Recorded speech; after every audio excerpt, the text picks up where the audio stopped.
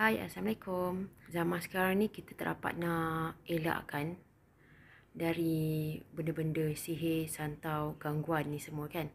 Walaupun kita dah jaga kita punya uh, kata-kata, kita dah jaga untuk benda sihir, santau ataupun cuba nak kita cuba jaga kita punya tingkah laku untuk sakitkan sesiapa, pun masih boleh terjadi, boleh berlaku sihir, santau, kadang penyakit ain. Penyakit ain pun dia punya gangguan dia lebih kurang sama dengan sihir, santau.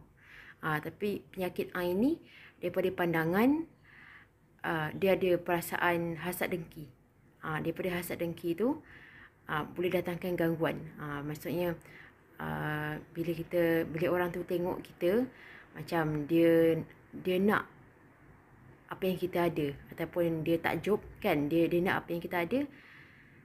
Dalam hati dia ada sifat iri ataupun hasad dengki, dia nak macam yang kita ada kan, pun boleh jadi gangguan juga kan. Sebab apa yang Fiza dengar sebelum ni, masa dekat ada iblis, jin, dia pun ada cakap depan Allah, aku berjanji aku akan sesatkan umat manusia ataupun umat Nabi Adam dengan hasad dengki. Ain lah.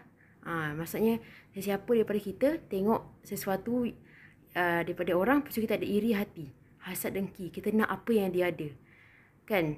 Rasa macam cemburu semua tu. Jin, iblis, dia boleh buat kerja. Dia boleh buat kerja ganggu orang yang tu lah kan, ganggu orang tu. Disebabkan sebab orang yang tu tengok kita, dia iri, cemburu, ada hasad dengki. Tapi kita tak tahu. Mungkin kita buat hal sendiri je. Kita tak ada niat untuk show off, tunjuk, melainkan kita yang cari pasal, kita tunjuk kat social media, ataupun kita yang show off. Sepatutnya benda tu dirahsiakan. Tak semestinya kita ada benda tu, kita bagi tahu semua orang. Tu maksudnya cari penyakit lah. Kita yang war-warkan, kita yang show off kan. Tapi betul lah kalau kita tunjuk, tapi niat kita lain, betul lah kan. Tapi ada orang yang dia buat hal sendiri, dia cuba rahsiakan semua benda. Tiba-tiba kawan-kawan dia ataupun orang lain nampak benda tu, nampak apa yang dia ada. Dalam diam, orang tu iri hati, cemburu macam tu kan.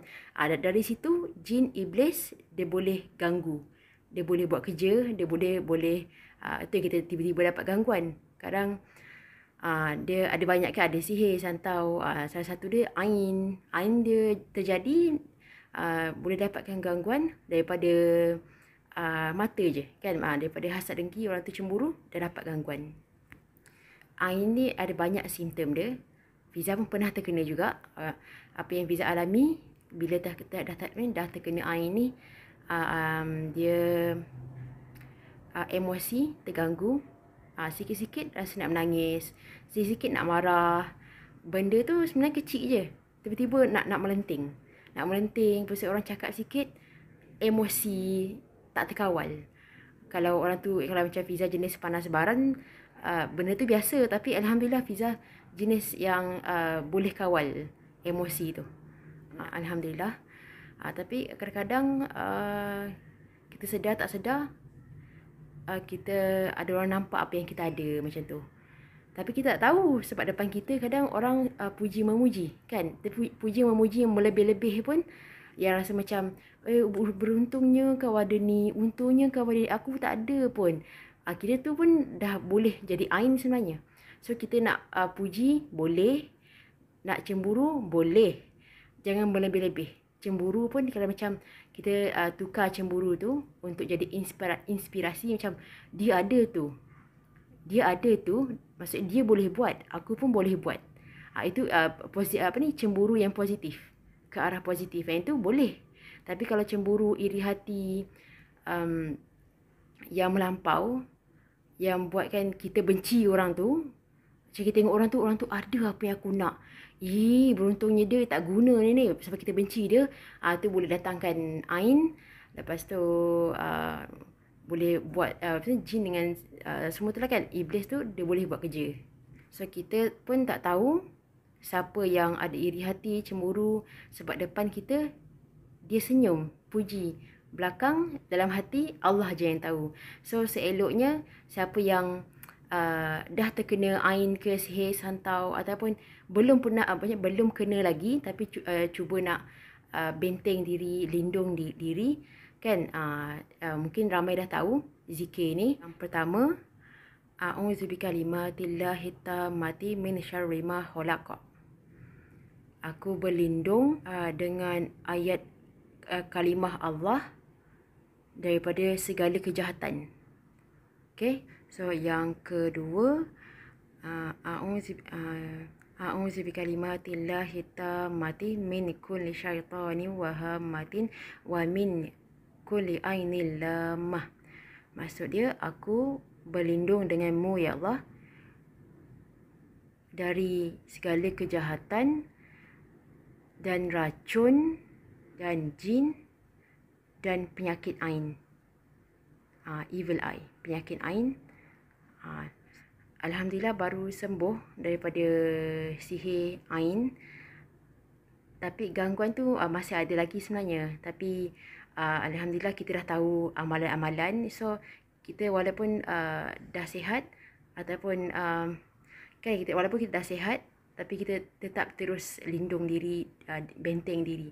Sebab kita tak tahu dalam diam siapa musuh kita, siapa yang dalam diam tak suka kita. Depan kita manis, betul? So sekarang banyak bagi pengajaran kat Fiza yang sebenarnya orang yang dalam diam cemburu ataupun iri, hasad, dengki ni bukan orang jauh, bukan orang luar.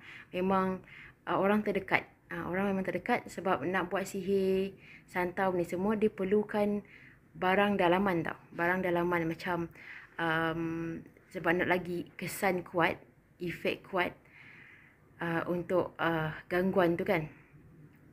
Memang perlukan rambut, perlukan pakaian, baju-baju daripada mangsa ataupun barang-barang daripada mangsa. So yang ada barang-barang mangsa ni kan, macam barang-barang peribadi mangsa ni agak-agak siapa? So maksud orang tu dekat, kawan rapat, maybe ahli keluarga. Kalau bukan ahli keluarga pun mungkin sepupu sepapat, saudara dekat. Kan depan manis je, tapi dalam hati Allah je yang tahu. Kadang-kadang sebenarnya yang sepupu tu dia ada lebih daripada kita. Dia kaya daripada kita. Tapi kalau hati tu dah sorry nak cakap, kalau hati tu dah kotor, jauh daripada Allah kan, kita tak nak bersihkan hati tu. Kita tengok orang senyum pun kita dah no. Kenapa dia boleh senyum? Tapi masalahnya kita tak kacau dia pun. Dengan nama Allah, tak kacau sesiapa pun, buat hal sendiri je. Tapi orang tu kalau hati tu dah busuk kan, hati tu dah kotor, nampak kita senyum pun dia dah macam trigger. So orang macam ni kita cuba jauhkan. So daripada kena sihir semua ni, Alhamdulillah banyak pengalaman lah. Sebab yang bila kita nak makan sesuatu kan, ada pun hantar santau ataupun sihir daripada makanan pun ada. Daripada makanan, dalam makanan tu dia adalah letak sesuatu kan, adalah mantra-mantra dia baca. Itu daripada Tok Bomoh ataupun dukun kan. Dia bagi benda tu, so letak dalam makanan, so makan. Apa yang Fiza dengar daripada ustaz dan ustazah yang perawat pun, mereka apa diorang cakap, yang santau makanan sebenarnya bahaya sebab dia masuk dalam badan. Dia dah sebati dalam badan. So untuk keluarkan tu boleh keluar, tapi kena konsisten jumpa perawat, konsisten bersihkan diri, macam tu lah. So buat pengajaran dia memang kita kan, kalau siapa yang tak suka makan free bila orang bagi makanan, bestnya kan. Kalau zaman dulu santau sihir ni mungkin kita tak biasa dengar kan, sebab mungkin tak ada social media, tak ada siapa untuk spread awareness pasal sihir santau.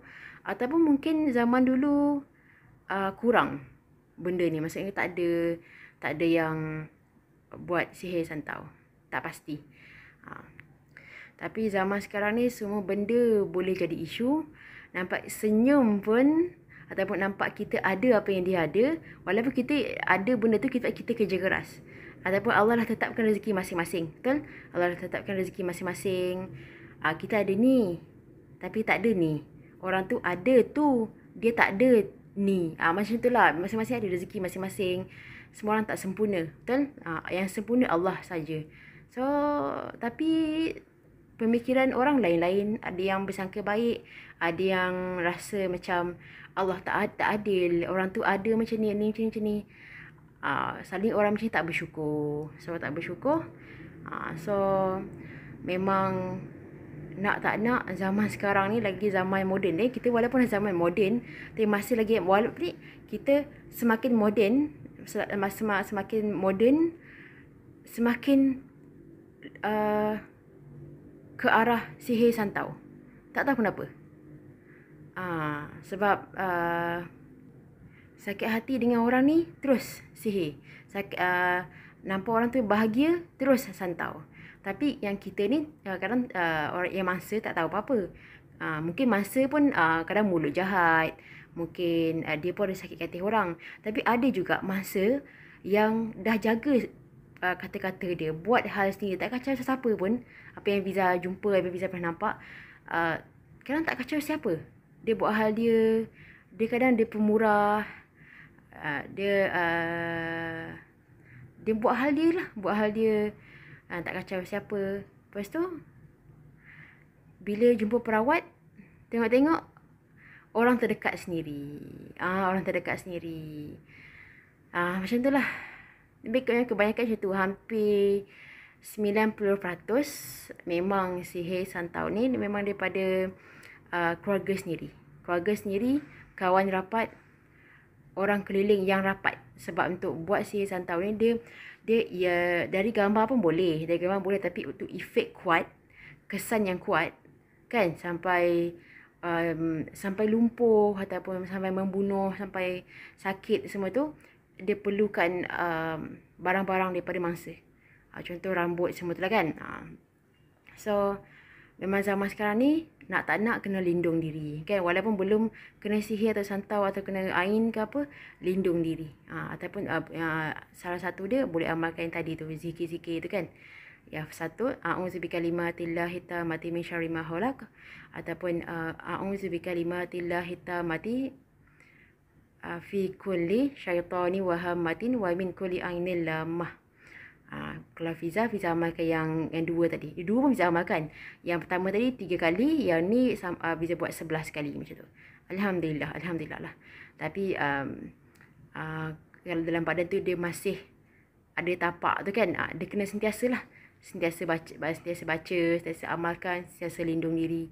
So insya-Allah, alhamdulillah. So kita jumpa video yang selepas ni. Okay, insya-Allah. Assalamualaikum. Bye bye.